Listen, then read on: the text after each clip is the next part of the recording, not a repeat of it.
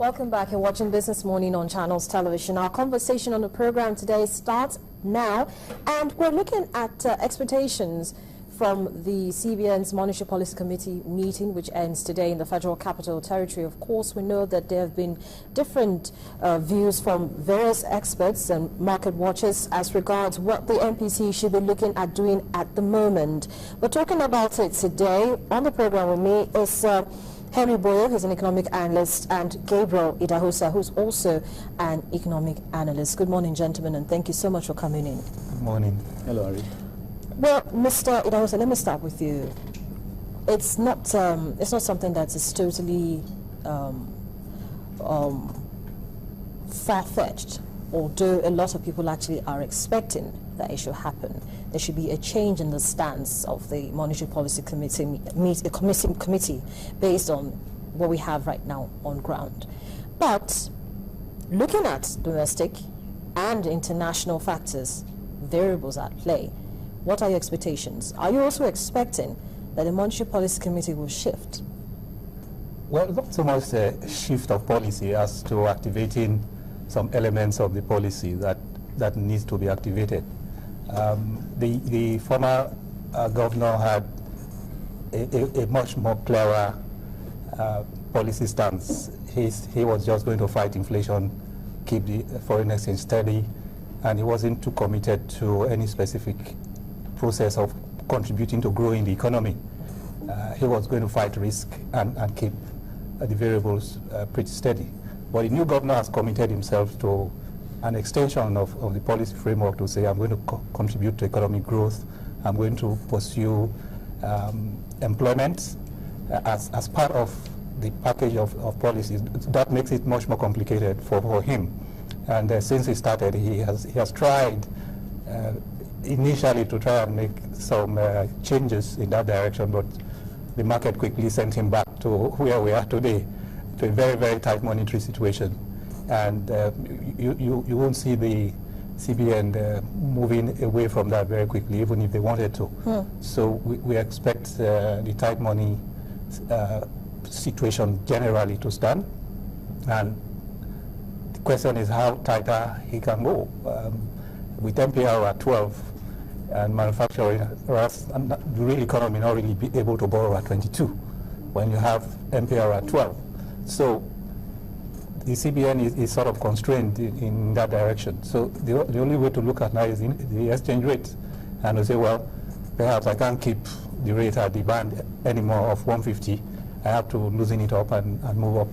So that's where we are probably going to be looking at for the CBN. And then, of course, the little window of the CRR that is left with the 25%, probably take that off and go to 100. That's on public sector deposits. Yes.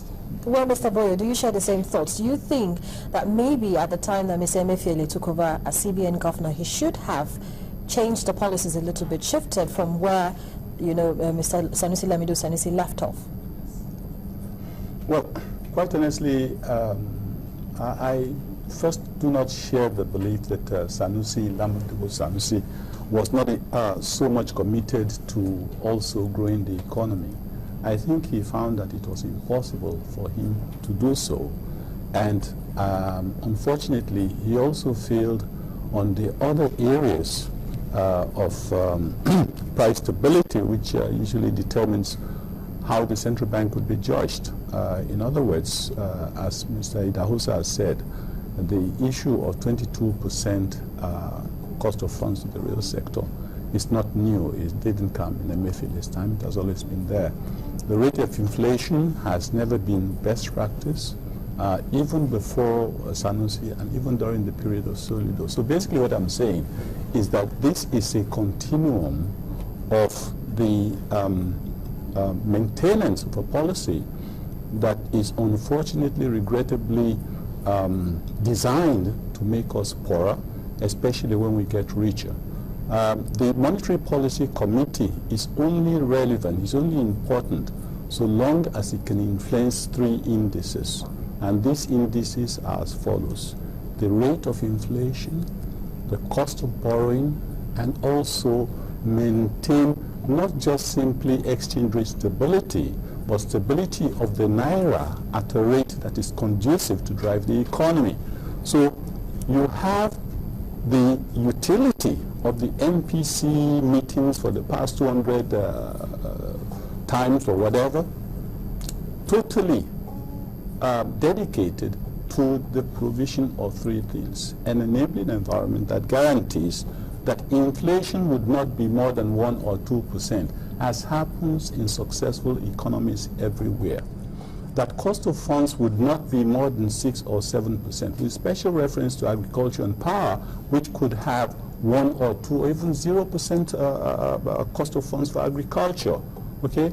The reasons for this are quite simple. If you have cost of funds being maintained at 22% because the central bank's monetary policy rate is recklessly high at 12%, in an economy where you have a huge rate of unemployment and a comatose industrial landscape, what is required are low cost of funds to be able to ginger entrepreneurs to take advantage of the opportunities in the market. But unfortunately, you would find that there will be no opportunities, or there will be less and less opportunities to take care of if inflation is galloping at 8% or thereabouts. Consequently, you have a situation where an 18,000 naira minimum wage earner 5 years ago would not be able to cope with that same 18,000 naira, because over 5 years he would almost have lost 50% of his purchasing value. So that shows you why the poor has been getting poorer, and the rich, unfortunately or fortunately for them, have various opportunities to line their pockets, like the area of fuel subsidy payments, for example. Mr. BOYO, let me come in here. What if, for instance, now with the scenario that you've painted, all right, in the last 5 years, minimum wage has been at 18,000 naira. There's been a difference in the market. So many things have changed. What you could purchase with 18,000 naira 5 years ago, you can't do that Absolutely. now. And at that time, the CBN had begun to tend towards ensuring that there was tighter policies to ensure tighter monetary stance in the economy, so to speak. Now, for any reason, like Mr. IDAHOSA actually mentioned it, that there might be a further tightening. If there is an option of hold on, stay on the stance that we're on, retain MPR at 12%, CRR on private sector deposits at 15%, and CRR on public sector deposits at 75%, then what? Well, I would be, put this way, I would be amazed if anything changes, okay? Because the gentlemen who compose the Monetary Policy Committee and the central bank itself have been patently confused for over 15 years. Like you rightly say, we shouldn't be talking of MPR of 12% in an economy where there's so much joblessness, in an economy where industries cannot function because of cost of funds and infrastructural deprivations, okay? So you see, your assumption that, oh, should they maintain, means that there is a gap somewhere in the Nigerian consciousness about the utility, the social utility of having a monetary policy rate of about 12%, okay? It does not make sense for the central bank, Monetary Policy Committee, or whatever agency to set a monetary policy rate of 12% and blame the banks for not lending to the real sector. If the banks have a free ride of making money on a monthly basis, because as Mr. Sanusi himself, His Eminence, the President Emir of Kano himself said, we have, or they have, sustained a system which makes the banks richer at the expense of the poor, because he said very, very clearly that what a wonderful strategy that the banks have been enjoying, that the Nigerian government puts its money, its deposits for free. I didn't say this, even though I've been saying it for 12 years or so before I eventually cottoned onto it, that the Nigerian government has been putting its deposits for free in the hands of the banks and borrowing it back. If that is not fraud or a scam, I don't know what is. And that scam, unfortunately, regrettably, painfully, has continued for over 20 years. How you can, as a country, expect to grow when the people who manage your economy are comfortable with borrowing money they intend to keep idle at 12% or thereabouts, and then turn around and blame the banks, and then say also that the real sector cannot grow because the banks are not lending. Who is responsible for the banks not lending? And I am also amazed that to a very large extent, the media particularly appears to be in connivance or collusion in trying to deceive the people, because you in the media don't seem to capture the reality of what the central bank and the monetary policy committee is doing when they tell you that they mop up. All media agencies, whether print, radio, or whatever, they all invariably, gleefully announce how central bank is helping the banks to manage their economy by mopping up excess liquidity, whereas the implication of mopping up excess liquidity is an oppressive tendency to kill the economy. Because how can you praise a system where your own government, how do you intend to grow? How do you intend that the poor will revive from that level of poverty? If your own government is willfully, deliberately borrowing money it doesn't need at 12%, only to keep the money idle, and then lament the fact that the real sector is not having funds, and then puts its hands high up and say, look, there is excess.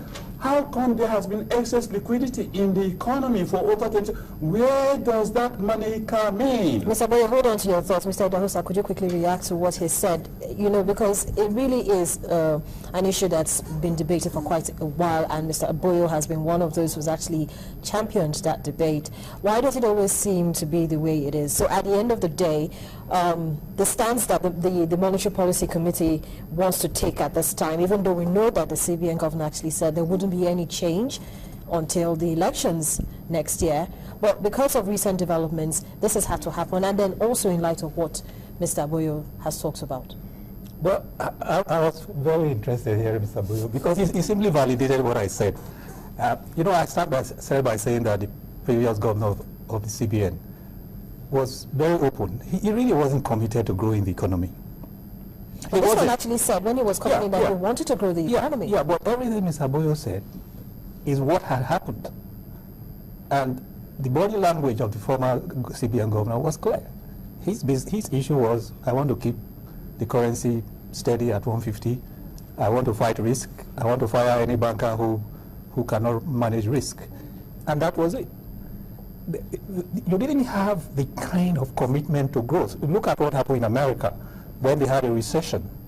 See how the CBN, the Fed, you know, went straight into the economy, and the massive type of action that was taken. You didn't have that kind of action. So the people especially in the monetary policy part of it, they are not looking at growing the economy the way Mr. Boyo, you know, is talking. They are looking at keeping the